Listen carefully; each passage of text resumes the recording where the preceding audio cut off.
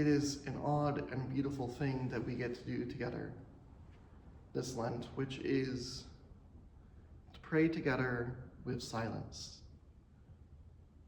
and pray together in quiet and refined and soft ways. And I am looking forward as much as anyone to the loudness and joy of Easter.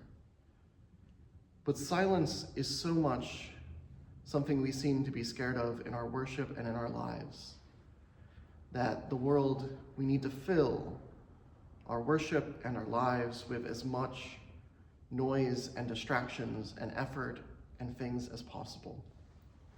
We kind of have bought in as a people to this notion that the more we do, the more we are, the more we accomplish, the more we are valuable, the more we justify our own existence or make ourselves worthy in the sight of God. We are in the second half of Lent right now, and a part of Lent which is where we've softened just a little bit the focus of sin, and we are now pointed towards Jerusalem and looking for Christ on the cross. And I think one of the realities we miss is Christ did not die for us so that we could accomplish as much as physically possible. Christ did not die for us so that we would just have enough time, so that we would have more time to get more work done. And so this time in Lent, and particularly when we hit Holy Week, is a time in which we are invited not only to get rid of the distractions of our lives, but to let ourselves sit in the presence of God. Sit in the presence of Christ who is upon the cross. Sit in the presence of the God who loved us so much that he goes to the cross to die rather than let us die. In the Holy Week services, you'll find, for once in our worship, an abundance of silence. So many of them, Maundy, Thursday, Good Friday, Tenebrae, and not with a dismissal, because the service is not over, but in silence.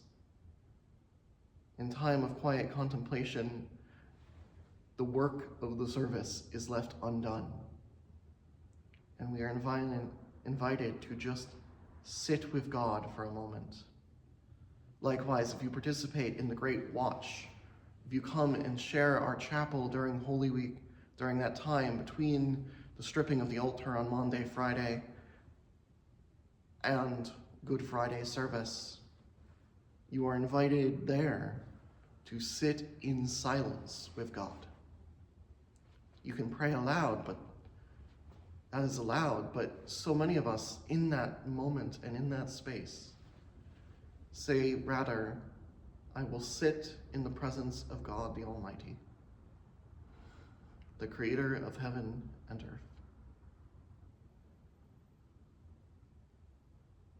Your job, my job, none of our jobs here, at least in this space, is to get as much done as we physically can until we drop.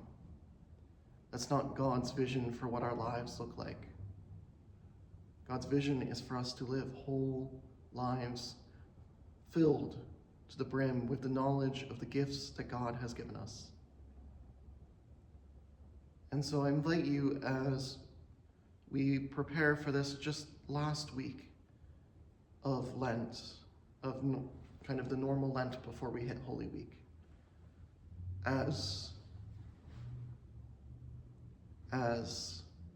Palm Sunday is just a little over a week ahead of us, to come into a time of silence and prayer. If you have a spoken prayer practice, to take a moment after it, to just sit in the presence of God. Because your worth is determined by the fact that you are a child of God, and not how much you are able to accomplish in any given day. God be with you, and we hope to see you all on Sunday.